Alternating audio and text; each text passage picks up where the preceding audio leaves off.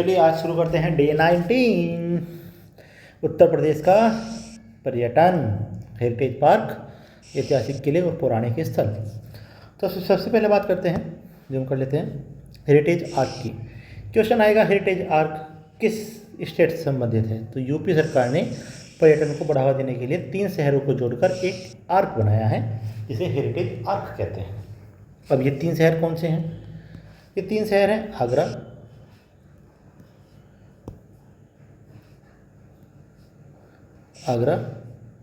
लखनऊ और वाराणसी।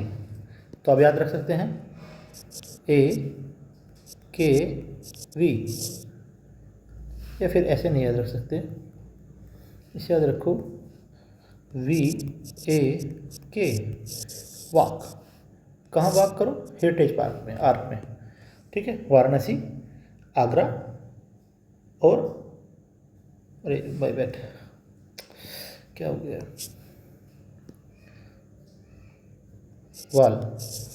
वाराणसी, आगरा और लखनऊ, ठीक है। अब आयोग पूछता है कि हेरिटेज आर्क में कौन सा शहर है। विकल्प में मथुरा भी रहेगा, प्रयागराज भी देगा, इलाहाबाद भी देगा।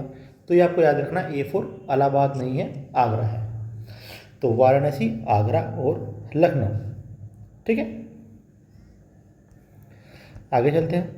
नई पर्यटन नीति। उत्तर प्रदेश की नई पर्यटन नीति 2022 में लागू हुई, इसमें इको टूरिज्म बोर्ड का भी गठन हुआ। तो यहाँ से क्वेश्चन बन जाता है आपके पास कि इको टूरिज्म बोर्ड का गठन किस साल हुआ। तो 2022 में हुआ। पर्यटन को उद्योग का दर्जा 1998 में पहली बार उद्योग इंडस्ट्री का दर्जा दिया गया कि भाई पर्यटन भी अपने आप में एक इंडस्ट्रियल जॉब है, इंडस्ट्रियल रोजगार है, मतलब उद्योग है। कहने का मतलब ये है, सॉरी माय बैड, इसका मतलब है कि उद्योग मतलब उद्योग है। कहने का ये है कि आप सिर्फ चप्पलों की, बिस्किटों की फैक्ट्री ही नहीं लगा सकते, पर्यटन को भी एज ए इंडस्ट्री देख सकते हो। तो 2022 में नई पर्यटन नीति आई और इको टूरिज्म बोर्ड का भी गठन हुआ। 1998 में पर्यटन को इंडस्ट्री का दर्जा दिया गया। आगे बात करते हैं कुछ ऐतिहासिक किले की, जैसे चुनार का किला मिर्जापुर में है, द बिगेस्ट PY क्यों चुनार का किला। यह विंध्याचल की पहाड़ियों में गंगा नदी के तट पर मिलता है। इस किले के अंदर भरी त्रिहरि की समाधि और सोनवा मंडप है। देवकीनंदन खत्री का प्रसिद्ध तिलस्मी उपन्यास चंद्रकांता इसी किले की पृष्ठभूमि पर लिखा गया है। पता है, इस देवकीनंदन खत्री का जो तिलस्मी उपन्यास चंद्रकांता है, ऐसा कहते हैं कि इतना फेमस हुआ कि इसको पढ़ने के लिए लोगों ने हिंदी तक सीखी। आप समझ रहे हैं? लोगों ने इसको पढ़ने के लिए हिंदी लैंग्वेज तक सीखी है, सिर्फ इसको पढ़ने के लिए। आप देखो कि कितना पॉपुलर रहा होगा। तो ये चुनार का किला ही है जो मिर्जापुर में है, जिसके अंदर भृतृ की समाधि है, सोना मंडप है, और इसी किले की पृष्ठभूमि पर देवकीनंदन खत्री का प्रसिद्ध तिलस्मी उपन्यास चंद्रकांता है। आगे बात करते हैं कालिंजर का किला, जो कि बांदा में है। शेरशाह की मृत्यु यहीं पर हुई थी। इस किले के अंदर एक बहुत प्रसिद्ध नीलकंठ महादेव मंदिर है, जिसके बारे में आयोग बार बार लगातार 1000 बार पूछता रहता है। शाही पुल जौनपुर महाट्रैप, यह गोमती नदी पर बना एक ऐतिहासिक पुल है। जौनपुर फिरोज शाह तुगलक ने बसाया था, जो कि आपको पता है। अटाला मस्जिद सर की शासकों ने बनवाई, लेकिन यह शाही पुल मुगल सम्राट अकबर के आदेश पर उसके गवर्नर मुनीम खान ने बनवाया था। तो याद रहेगा आपको, जौनपुर फिरोज शाह तुगलक ने, भाई शाही पुल है कहाँ? जौनपुर में है, पर जौनपुर किसने बनाया था? फिरोज शाह तुगलक ने। वहाँ एक अटाला मस्जिद है जो कि सर की शासकों ने बनवाई थी जौनपुर में, लेकिन वहाँ एक शाही पुल है, वो अकबर के आदेश पर उसके गवर्नर मुनीम खान ने बनवाया है। अक्सर बच्चे क्या करते हैं, इसको सर की वंश से जोड़ देते हैं या फिर फिरोज शाह तुगलक से जोड़ देते हैं, जो कि बहुत ब्लंडर मिस्टेक है। अब बात करते हैं पौराणिक और रामायणी कालीन स्थल, जैसे नैमिषारण्य सीतापुर में है। यहाँ 88,000 ऋषियों की तपोभूमि और 30,000 तीर्थों का स्थान भी कहा जाता है। किसको? नैमिषारण्य को। यहीं पर महर्षि दधीचि ने राक्षसों के विनाश के लिए देवताओं को अपनी अस्थियां दान की थी। यहाँ का चक्र तीर्थ और ललिता देवी मंदिर बहुत प्रसिद्ध है। तो चक्र तीर्थ कहाँ है? चक्र तीर्थ कहाँ है? चक्र तीर्थ कहाँ है? नैमिषारण्य। ललिता देवी मंदिर कहाँ है? नैमिषारण्य।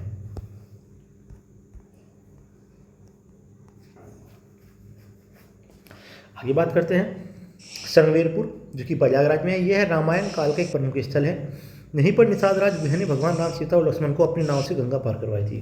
तो यही है वो पावन धरती जहाँ पर निषाद राज ने भगवान राम, सीता और लक्ष्मण को नाव से, अपनी नाव से गंगा पार लगवाई थी। ठीक है, तो ये कहाँ है? प्रयागराज में। लाक्षागृह जो कि बागपत में है। महाभारत काल में जहाँ कौरव ने पांडवों को जलाकर मारने के लिए लाख का महल बनवाया था, लाक्षागृह कहते हैं जिसे, वह इस वर्तमान स्थान में बागपत जिले के बरनावा में स्थित है। तो आपको याद रखना पड़ेगा लाक्षागृह कहाँ है? बागपत में है। आगे बात करते हैं भीतरगांव का मंदिर। मोस्ट इम्पोर्टेंट कहता हूँ मैं इसको, क्योंकि ये पूछा ही जाता है कि यहाँ से मंदिर का निर्माण स्टार्ट हुआ था, तो ये बहुत ज़्यादा पूछता है। तो ये गुप्तकालीन मंदिर है। यह उन सबसे प्राचीन मंदिरों में से एक है जो पक्की ईंटों से बना है। अब एक पूछता है कि ईंटों से बना गुप्तकालीन मंदिर कहाँ है? तो वह है भीतरगांव का मंदिर, कानपुर में। मैं फिर से कह रहा हूँ, ये बहुत इंपॉर्टेंट है। आगे बात करते हैं गौतम बुद्ध जैन धर्म की विशिष्ट पर्यटन स्थल, इसे पीपर हवा जो कि सिद्धार्थनगर में है। इसी स्थान को प्राचीन कपिलवस्तु माना जाता है। यहाँ के उत्खनन में भगवान बुद्ध की अस्थियों वाला एक कलश प्राप्त हुआ था। पीपर हवा कहाँ है? सिद्धार्थनगर। इसी स्थान को प्राचीन कपिलवस्तु माना जाता है। किसको? पीपर हवा को। आगे बात करते हैं देवगढ़। देवगढ़ कहाँ है? ललितपुर में। इसे जैन धर्म का काशी भी कहा जाता है। यहाँ 31 से अधिक जैन मंदिर है। इसके अलावा यहीं पर गुप्तकालीन दशावतार मंदिर भी है, जो कि हमने नहीं, वो तो हमने वो पढ़ा था भीतरगांव का मंदिर, सॉरी। एक है गुप्तकालीन दशावतार मंदिर, देवगढ़ में है। ये भी मोस्ट इंपॉर्टेंट क्वेश्चन है, तो इसको याद रखना। गुप्तकालीन दशावतार मंदिर कहाँ है? देवगढ़ में है, ललितपुर में। आगे बात करते हैं इसमें मतलब कुछ स्मार्ट रिवीजन। नैमिषारण्य सीतापुर, संवेपुर प्रयागराज, लाक्षागृह बागपत बरनावा, पिपरवा सिद्धार्थनगर कपिलवस्तु। देवगढ़ कहाँ है? ललितपुर, जैन धर्म का काशी। तो देवगढ़ कहाँ है? ललितपुर में है, जैन धर्म का काशी भी कहा जाता है। यहाँ 31 से अधिक जैन मंदिर हैं। तो अब तक इतना हमने पढ़ा है, उसका सारा का सारा एक बार रिवाइज कर लेते हैं। हेरिटेज आर्क कहाँ है? हेरिटेज आर्क 3 शहरों को जोड़कर बनाया है। VAL, वाराणसी, आगरा और लखनऊ। इसमें मथुरा या प्रयागराज शामिल नहीं है, ये आपको याद रखना है। चुनार का किला कहाँ है? मिर्जापुर में। भरतरी की समाधि और चंद्रकांता उपन्यास का केंद्र, जो कि सुमित्रानंदन खत्री ने लिखा था। कालिंजर का किला बांदा, नीलकंठ महादेव मंदिर स्थित है। शाहीपुर जौनपुर नदी गोमती नदी के तट पर है। अकबर के गवर्नर मुनीम खान ने बनवाया था। तो याद रखिए, शाहीपुर किसने बनवाया था? जौनपुर में, गोमती नदी के तट पर। ये कौन से पुल पर है? कौन सी नदी पर है? ये भी आपको याद रखना है। नैमिषारण्य सीतापुर 88,000 की ऋषि की तपोभूमि, चक्र तीर्थ भी कहते हैं इसको। श्रृंगवेरपुर प्रयागराज, भगवान राम ने निषाद राज के साथ गंगा पार की थी। लाक्षागृह बरनावा में, बागपत में है। यहाँ पांडवों को जलाने के लिए महाभारत कालीन स्थल है। एक्चुअली कौरवों ने एक साजिश की थी ताकि पांडव उसमें जलकर मर जाए, पर वो अपने कहते हैं ना इस कुकर्म में सफल नहीं रहे। भीतरगांव मंदिर कहाँ है? कानपुर में, ये मोस्ट इंपॉर्टेंट है। और पीपरहवा कहाँ है? आपका सिद्धार्थनगर में। यहाँ से ये प्राचीन कपिलवस्तु कहते हैं इसको, यहाँ से बुद्ध की अस्थियों का कलश मिला है। और भीतरगांव मंदिर कानपुर में है, जबकि ये गुप्तकालीन दशावतार मंदिर देवगढ़ में है। याद रखना, गुप्तकालीन दशावतार मंदिर देवगढ़ में है। तो यहाँ पर आके हमने अपना डे 19 पूरा कर लिया है। तो इसी के साथ हम अपनी क्लास को विराम देते हैं। कल फिर हम मिलेंगे डे 20 के साथ।